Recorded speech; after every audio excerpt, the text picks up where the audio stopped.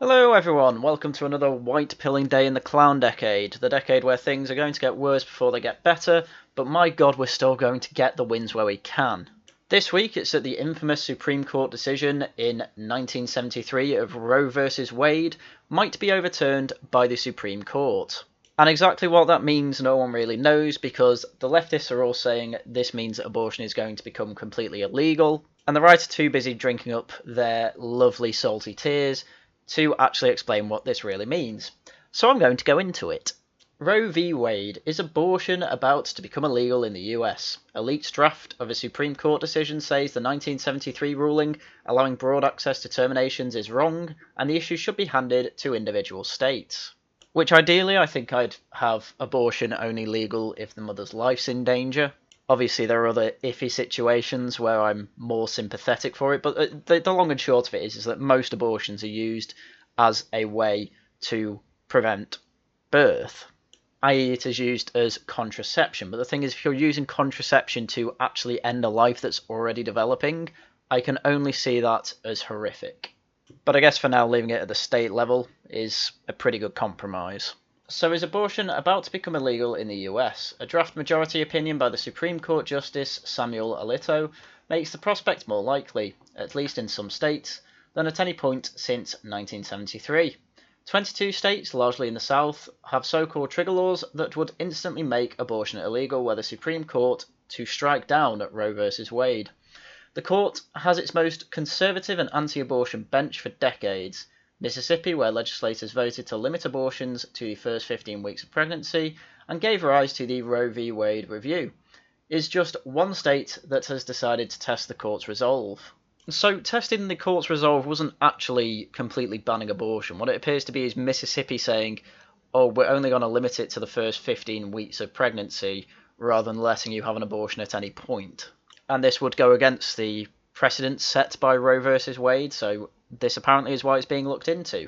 In Texas, Republicans in the state legislature have passed a bill that makes abortion illegal after 6 weeks, when many women do not yet know they are pregnant.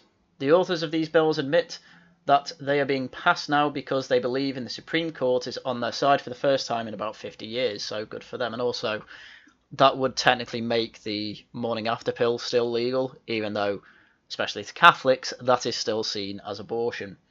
If Alito's draft opinion were to be adopted as the majority ruling by court, the constitutional rights to have an abortion across the US would disappear. It would then be up to 50 states to devise their own laws. Some would move to ban terminations outright. Under Texas law, there is no protection in case of incest or rape, and in others to place limits on its use. And these are the examples of times when I'm quite sympathetic to abortion in those specific cases. But it's less than 1% of cases of all abortions now in the US, so that's why it's just not an argument in my view. Even in more liberal states, which are unlikely to ban abortion, there would inevitably be challenges over the number of weeks at which a procedure would be permitted, how an abortion was carried out, and other issues. It could mean that getting an abortion anywhere in the US becomes increasingly difficult in some places and outright impossible in others. So all this is basically doing is taking the rights of abortions away from the federal government to enforce, and instead gives it to the state level, which is the whole point in the US anyway. So even with this overturned, the US still doesn't see an embryo or a fetus as human life, which I don't think is a good thing, but this is definitely on the way to getting towards that good thing, so I'll take it. And speaking of the roadmaps, what happens next? Well, Alito's opinion is not the final decision of the court, but it goes a long way to showing its thinking. The Mississippi case will not be heard until July, but now that Alito's opinion is public, there will be endless speculation that Roe vs. Wade is about to be overturned. And there's other speculation about the timing of this leak. There are American midterms coming up, and it could have been a Democrat who leaked this draft to basically try and rile up the Democrat base, because apparently one big part of the Democrat base is trying to make it legal to kill babies. And by the way, that's not even hyperbole. I'll go into some clips later. They literally do want to kill babies. So while I say this is a win, it still has quite a way to go, but honestly, with the way things are going, I can imagine that Roe vs. Wade actually gets overturned. But what's probably even better is that it's completely caused the leftists to completely drop any sort of arguments about trans women being women, because instantly A day after this came out, we have this title: US abortion law, Biden vows to defend women after leak suggests Supreme Court set to overturn Roe v. Wade. Democrat condemn threat to abortion rights as subjugation of women. Women, of course, in this context, just basically meaning a vagina haver. So President Biden criticised a radical draft Supreme Court ruling that would overturn the 5-decade guarantee of abortion in every US state, as he vowed to fight for a woman's right to choose. That is, of course, unless the female is currently developing in a womb. He warned that the reversal of the court's landmark 1973 Roe v. Wade ruling would not only dramatically restrict access to abortion, but also have profound consequences for the other hard-fought rights, such as same-sex marriage. It is amazing how the slippery slope only ever goes in one direction, isn't it? From leftists, it's always, first we lose abortions, then we lose same-sex marriage. For righties, it's always, first we're going to get same-sex marriage, then we're going to get groomers, trying to groom our kids to be gay or trans or whatever. And the reality of the situation is that both are correct. The slippery slope is just evolution in terms of ideas and in terms of policy. Of course it's true for both sides. You just got to be very good at slipping down the slope slowly so that you're like a frog being boiled slowly in a pot, so that no one basically realises. This is what Tony Blair was pretty good at, but that is until recent years, where everyone seems to now hate the man. Anyway, the leaked draft opinion by Samuel Alito, a justice appointed by George W. Bush, said that the issue of abortion should be returned to the people's elected representatives, meaning that each state would be able to decide whether to ban it. A final ruling is expected from the court at the end of next month, with 26 Republican-controlled seats ready to ban or severely restrict access to abortions if it remains as Alito drafted. And I don't see why these representatives shouldn't have a say in what their state laws are. If it is such an individual choice as these leftists keep screaming about, why should the huge, overarching federal government have a decision over the states on whether they want to ban it or not? Biden placed the issue at the centre of November's midterm elections, part of the reason I think it was leaked at this point. I believe that a woman's right to choose is fundamental. Roe has been the law of the land for almost 50 years, and basic fairness and the stability of our law demands that it not be overturned. Basic fairness. Again, it's fairness to everyone apart from the unborn. He said if the court does overturn Roe, it will fall on our nation's elected officials at all levels of government to protect a woman's right to choose, and it will fall on voters to elect pro-choice officials this November to adopt legislation that codifies Roe, which I will work to pass and sign into law. So why can't they just do this at the state level anyway? If you're that single issue about abortion, you can move to a state where it's legal up until birth, and then keep voting in these people. You know, at least give some states some chance to actually protect unborn children's rights, please. This is just horrific. Biden said Alito's draft represented a fundamental shift in American jurisprudence that threatens other basic rights, such as access to birth control. Wading into the Supreme Court process, Biden said if this decision holds, it's really quite a radical decision. I hope there are not enough votes for it in the court. And naturally, this wasn't the only reaction from leftists all over the world, in fact, about this issue on abortion. The lovely London Mayor Sadiq Khan decided to tweet out, "London stands with women across the United States today. Roe v. Wade enshrined women's fundamental rights over their own bodies and access to healthcare. This cannot and must not be undone." So as you can see, this is clearly a women's rights issue. And what makes this funnier is that back in 2020, Sadiq Khan tweeted, "Trans women are women. Trans men are men. Non-binary people are non-binary. All gender identities are valid. Hashtag LGBT History Month." So just to make it clear, the issue with the trans women are women argument is that when you then say, how can a trans woman, be a woman? If a woman is an adult human female, what's your alternative definition? They can never actually give one. However, when it comes to the abortion debate, they have one like that. Means vagina haver. But anyway, back over to the US. Elizabeth Warren, believe it or not, had quite a few things to say on this because, again, now that everyone can agree that a woman is a vagina haver, we can finally talk about abortion again. So here's what Elizabeth Warren had to say. It's not going to fall hardest on well-to-do women. They can afford to get on a plane and go to another state where abortion is legal. They can afford to leave the country. Who this is going to fall hardest on is going to be on poor women. It's going to fall hardest on those who have been molested. Man, I really don't like the assumption that poor women are the ones that are going to get molested and raped. And anyway, of those cases where pregnancy is a result, less than 1% of all abortions in the US are because the woman was raped. So it's just not a very good argument there, I think. Because really what this argument is about is whether abortion should be used as a type of contraceptive, which the right wing are obviously against because, one, they see life as sacred, even when it is unborn, and two, they see sex as sacred, so they constantly teach kids not to just go around getting a body count in the hundreds to make them feel good about themselves, because ultimately no one who bangs 100 women ever feels that good about themselves. That's why they always try and end up finding love. And it's the same with women too, of course. In fact, it's probably more true with women. So all this deflection of going off saying, oh, think about the poor women, think about the women who suffer molestation, things like that. And I'm like, yeah, it's really bad for them. And again, I do have sympathy there. But with the result of this Roe versus Wade, like over 50 years since Roe versus Wade, this isn't the main thing with abortion. These aren't the people getting abortions. It's women going around, having a load of sex, maybe having it unsafe, and even if they are having it safe, getting unlucky, and then using it as a contraceptive because they don't feel ready to be a mother yet. And they're told, yeah, that's fine, when in reality a lot of them do suffer from PTSD. Because essentially what it is a self-induced miscarriage. And man, you'd never say to a woman who suffered a miscarriage, oh, it's just a bundle of cells, don't worry about it. It's going to fall hardest on women who've been raped. It's going to fall hardest on the woman who's already working 2 jobs to try to take care of the children she has. Again, it's always these anecdotal hypotheticals. And that last one, it's, oh, she already has children and doesn't want any more. And they act like it just comes out of nowhere.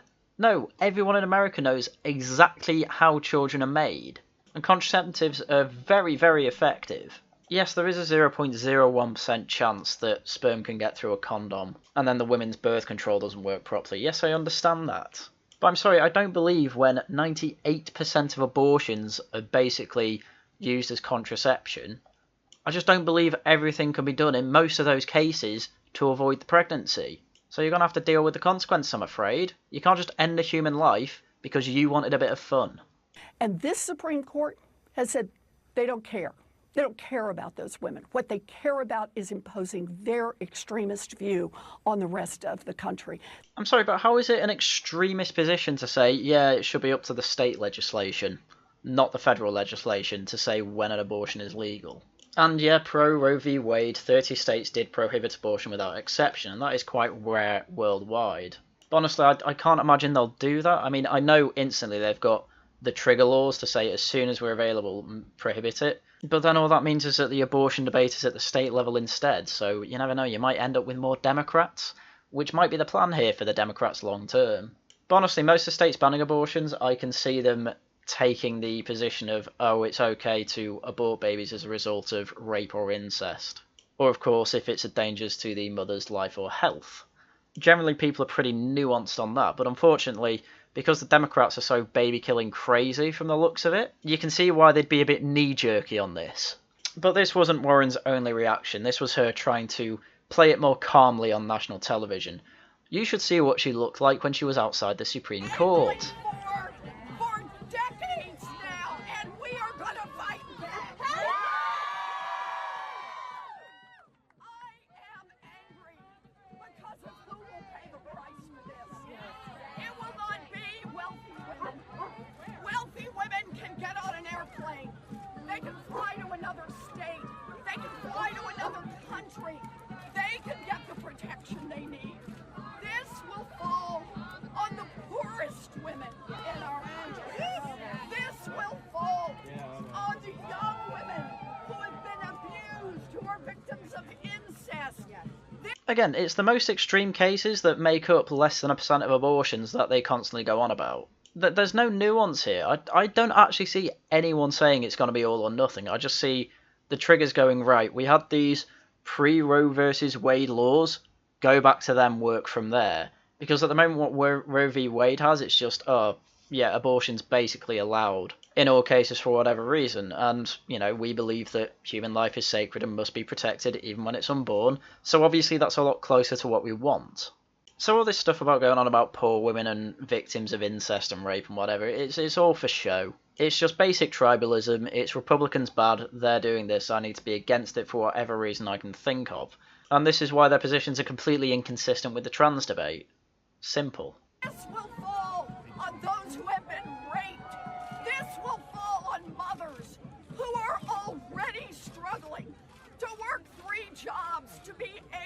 support the children they have. Again, it's just completely made up anecdotes. And honestly, how is a woman who's working 3 jobs and looking after kids even finding time for sex? Again, the woman just doesn't have any agency from the sounds of this, up until the point where it comes to killing a child.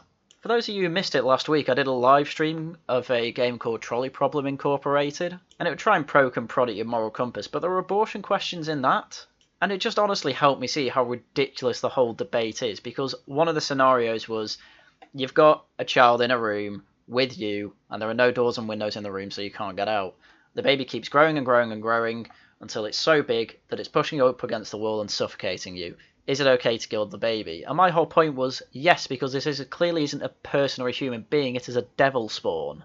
And this is the thing, to justify abortion, you have to completely dehumanise these developing humans. And it's such a shame we have to completely dehumanise these, you know, potentially people that are going to send us to Mars. And of course they are potential criminals as well, but still, we have to completely dehumanise them before they've even had a chance to do anything, so that we can excuse killing them. And I'm sorry, I just see that as horrible. I don't see any good in that. In fact, I only see evil. Understand this. I have seen the world where abortion is illegal. And we are not going back. Not ever. No. There we go, inconsistent again. All cultures are beautiful. There's no cultural relativism here. Apart from abortion rights, the rest of the world, you know, the US has some of the loosest restrictions on abortion rights in the world. That means that this particular part of our culture is the best and better than everything else. They're not beautiful for that, therefore we are better. Complete crap. Complete hypocrisy as usual. And I mean, for God's sake, the rest of the world seem to fall into 2 main categories. Either abortion is legal if it risks a woman's life, or she suffered rape, or things like that. Those abortions are illegal for pretty much the whole world, apart from places like Madagascar, where it's illegal completely. And basically for the rest of the world, anything after 17 weeks, generally, completely illegal. So up to 3 months of pregnancy, that's when you can get the abortion. Whereas in the US, even at the state level, that's where it's dependent on when you can have the abortion, but all of these limits are above 17 weeks, and the reason we have a 17-week limit in most other countries is because that tends to be the average time when the baby stops being a bundle of cells, as they put it, and starts to actually look like a human. You know, it's got a heartbeat. But pretty much every embryo is going to get to that point unless something goes horribly wrong, but you don't know if something's going to go wrong and it's not going to develop properly. So I don't see why that reason alone is good enough to ban abortions after 17 weeks and not before, but it seems to be the general consensus in the Western world, but America wants to go beyond that. But why is slightly more restrictive abortion laws terrible if basically the rest of the world is more restrictive on abortions than America? Like, what's your point here, Warren? Why are you so defensive of killing unborn kids? So say it with me. We are not going back. We are not going back. Not ever. Not ever. Not ever. Not ever. Not ever. Never. So there you go, Elizabeth Warren is causing up a stir outside the courthouse because women don't have agency until they've got another human being growing inside them. But obviously, because for some reason abortion's such a big deal to everyone, we had to get a load of basically reposts and a load of people saying abortions are good, actually. And now this even took a video they had from 2019 to repost it just to try and get clicks. And honestly, it's just complete cope and seethe for saying, oh my god, I really need to kill this baby. 8 reasons to stand up today against abortion bans in the United States. 1. Let's get this straight. When the penalty for rape is less than the penalty for abortion after the rape, you know this isn't about caring for women and girls, it's about controlling them. So both rape and getting an abortion are a crime, right, got you. Yeah, I'm just going to come out and say it. I think killing a baby is worse than raping.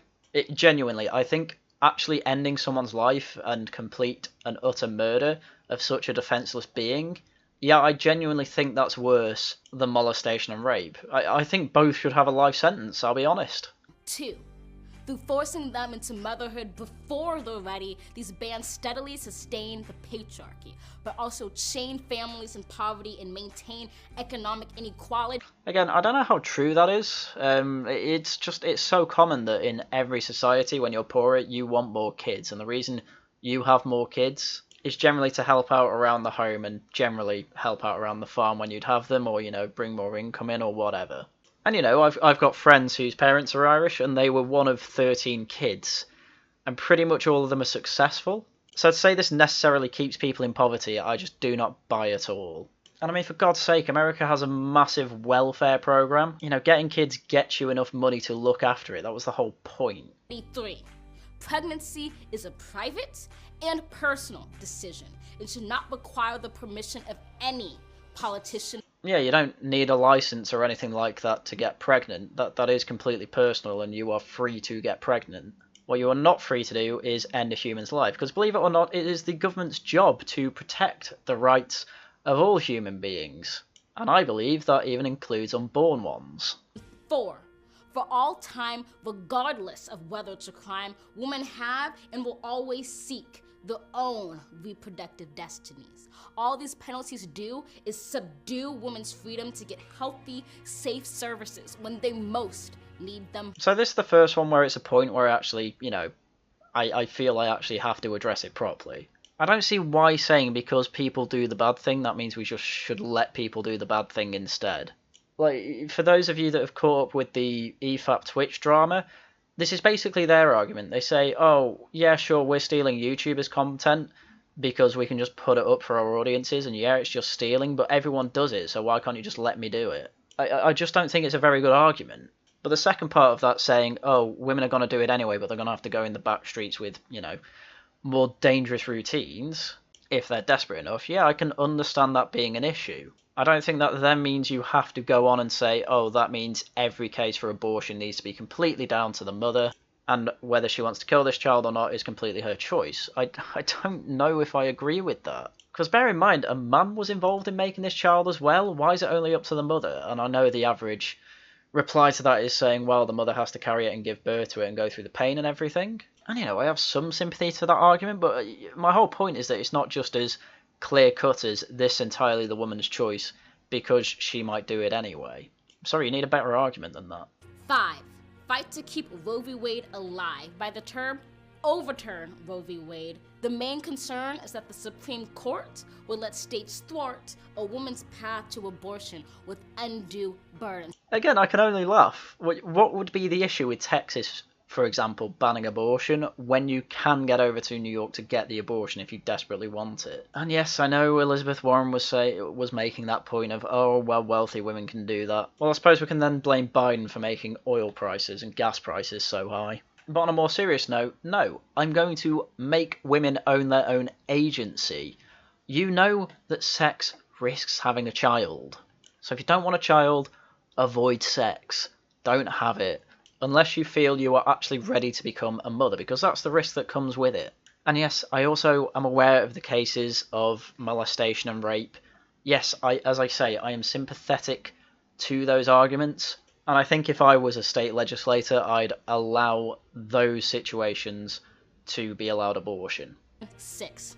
These predictions aren't a distortion, hypothetical, or theoretical. Women already face the disproportion of undue burdens when seeking abortions. If the sexes in all people are to be equal, abortion has to be actually accessible and not just technically legal. I mean, this is just a classic feminist equality argument. Men and women are different, therefore we need to, in law and with the welfare state, make sure that they end up having equality of outcome. In this case, it's saying men can have sex and have absolutely no burdens, whereas women do. Let's equalise it by killing kids. Whereas no, I don't agree with that. I think if men are having sex, they should hold the responsibility of being a father to that damn child. This is just the risk that comes with it, and this is what we used to do anyway. This is why shotgun weddings were a thing. And I'd be surprised if that didn't reduce the amount of unwanted pregnancies we got. Because teenage and unwanted pregnancies only really rose through the mid-20th century, i.e. when we were trying to break these traditions apart. So clearly they were doing something. 7. Despite what you might hear, this right here isn't only about women and girls. Despite it's about fundamental civil rights, women are a big part of it, but at the heart of it, our freedom over how fast our families grow goes farther and larger than any one of us. It's about every single one of us. Well, this one's just an outright lie, because this isn't about the civil rights of the unborn kid for a start. Secondly, no, it is not about the father or anyone else in the family. They only want the woman to have the decision on the unborn child. And I really do hate the argument when they say, oh no, feminism won't just be beneficial to women and girls, it will also be beneficial to men. Whereas the outcome, for one example, in the classrooms in Britain, men are just completely failing, and I think this is true in America as well. Like, the boys are just not doing well, they're being left behind constantly. And then over here in the UK, all we end up hearing about is, oh, why is a woman who's saying that girls don't particularly like physics because of all the hard maths, why does she get to say that? And it's like, hang on, boys are dropping out of university at unbelievable rates. Can we not have a look at that? Like, there might be an issue there. No, we only care about women, and be damned for the men and boys. It's a good thing that that seems to be becoming clearer and clearer. I hear more and more people talking about that now. 8. Fight for Roe v. Wade in the United States, because this change can't wait. We've got the energy, the moment, the movement, and the thundering numbers. The alt-right's biggest blunder is that most Americans aren't under their impression that a woman's body is up to them to decide. Oh my god, I didn't realise they brought up the alt-right in this. Oh, this whole video was a meme, but these are pretty much... These are 8 common arguments for abortion that I see, and they're all just garbage. The last one was just, we have the tyranny of the majority, therefore we get to kill kids. And yes, I am going to keep repeating that. Life begins at conception. Get over it. Of course, the big problem is that if eventually these leftists do agree that life begins at conception, they're going to have to face the fact that they have basically allowed millions of deaths throughout America alone, let alone Western Europe. And that is quite a hard thing to come to terms with. I mean, just look at anyone involved in the Holocaust. And after all this time with Roe versus Wade and they thought that the abortion question was answered, then they start just doing horrible things. I mean, again, I compared abortions to the Holocaust, and I think that that is apt, right? I mean, watch this next thing with that in mind, and I want to know how you feel.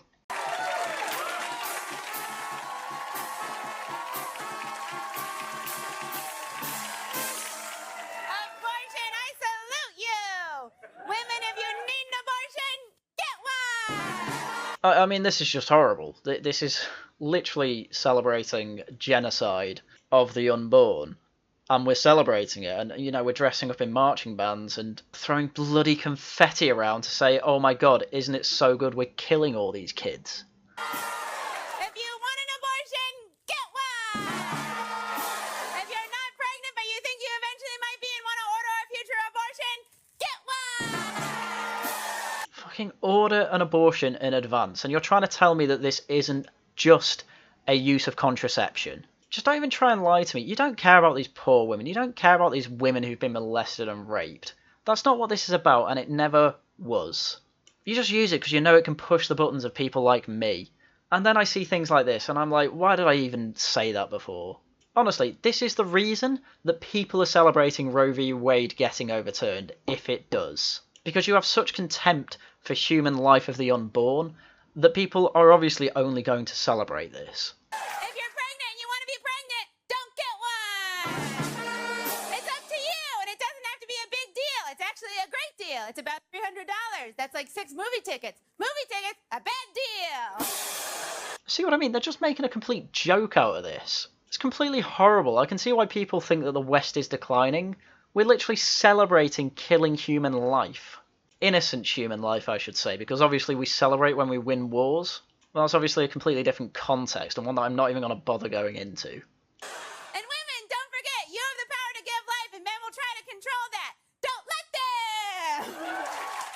And this argument about wanting to control women, and it's actually that men hate women, I genuinely think that's projection. Because this is something I've been thinking about quite a lot recently, but leftists just seem to think that the human body's oppressive, and then therefore end up hating themselves because obviously they're in a human body and see themselves as oppressive. And being a leftist obviously means you have to hate the oppressor, even when there's no oppression going on. And so when their body is doing the completely natural thing after it gets pregnant, they see that as oppressive, and they hate that fact and need to get rid of it as soon as they can, and then celebrate that fact because they feel like they've beaten an oppressor. But obviously saying this fetus is oppressing me doesn't really fly even to most normies. So instead they have to frame it as, oh, it's men who want to control women's bodies, despite the fact that it's about equal. It's about half and half, men and women, in support of abortions. It's women who want to, quote-unquote, control your body too. And most of these women have had kids. So don't give me this crap on it's just about control. No, it's not about control. People like me, we genuinely think we're going to be saving lives here. But you can't see it as your human life. Otherwise, as I said before, you have to come to terms with the fact that you are literally allowing murder. God bless abortions and God bless America! God bless abortions and God bless America. And this is the final, I mean, obviously, the final straw went long ago with abortion, but my God, to put the cherry on top and imply that God would allow this is absolutely ridiculous. Even most other Christian denominations that cope and say, maybe after the first 14 days it should be considered a human life, I think even they'd say that this is horrible, and this is... it's just disgusting me. I can't really put it into words, I can only make noises. So naturally, with all these leftists having a normal one, there were other tweets where the leftists were having a normal one, and there's just one particular one that's really funny, and I think we need a light note here. Amanda Duart, I do wonder how these white supremacist lawmakers would feel if their little white daughters were raped and impregnated by black men. These people really can only think in memes. They really genuinely think this. They genuinely think that these white lawmakers hate women and black men. Despite the fact that in America, overwhelmingly, the people who get the most abortions are black women.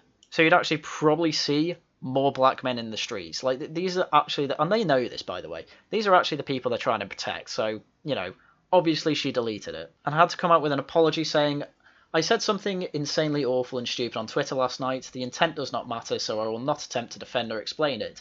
It was racist and has had racist impacts. I am terribly sorry to anyone and everyone who read it and who were hurt by it. And obviously Defiant Els had to go out there and remind her what she did, because, let's be honest, that is the most ridiculous tweet I've ever seen. Anyway, back to leftists letting their masks slip quite a bit. Because obviously when the chips are down, they are going to put the mask back on and say, oh no, we really care about incest babies and women that don't want their kids because they were molested or whatever. But when they're comfortable enough and they think abortion laws, they've got no hands on them whatsoever, they say some things that, they say the quiet parts out loud, I think is the best way to put it. Delegate Tran. Yes, sir. How late in a pregnancy would your bill apply if a physician was simply willing to certify that the continuation of the pregnancy would impair the mental health of the woman? How late are we talking about? Well, so the way the suggestion that we've made in the bill is to say it's in the third trimester and at the, with the certification of the physician. So how late in the third trimester would you be able to do that? It's very unfortunate that our physicians, witnesses, were not able to attend today to speak specifically. No, I'm talking about your bill. How late in the third trimester could a physician perform an abortion if he indicated it would impair the mental health of the woman? Or physical health. Okay. Okay. I'm talking about the mental health. So, through the third trimester. The third trimester goes all the way up to 40 weeks. Okay. But to the end of the third trimester. Yep. I don't think we have a limit in the bill. So this is the point where I really don't get how this is justified in any way. If a baby would be perfectly healthy when it was born, as it is now in the womb, say, you can still abort it. In this particular case, to say, oh, if it impacts the woman's mental or physical health, which, to be fair, at that point, like most late-term abortions, it is usually due to the baby is going to basically kill the mother. These are very rare already, but when it comes to affecting the mental health of the mother, I'm a bit of a layman on this, I'll be honest, but birthing does affect the mental health of the mother. Like, postnatal depression is quite a common thing. So what I'm trying to say is that if you can just justify that, oh, she might get postnatal depression, therefore we need an abortion, how is it not just another version of contraception? Like, physical health, yeah, I completely get it. Mental health, you're getting a bit tricky there. I don't... Because it's still a developing field, mental health. So allowing to kill a child because of this developing field, I don't know. I don't feel that good about that again. But man, the worst part's about to come up now. So where it's obvious that a woman is about to give birth, she has physical signs of that she is about to give a birth, would that still be a point at which she could request an abortion if she was so certified?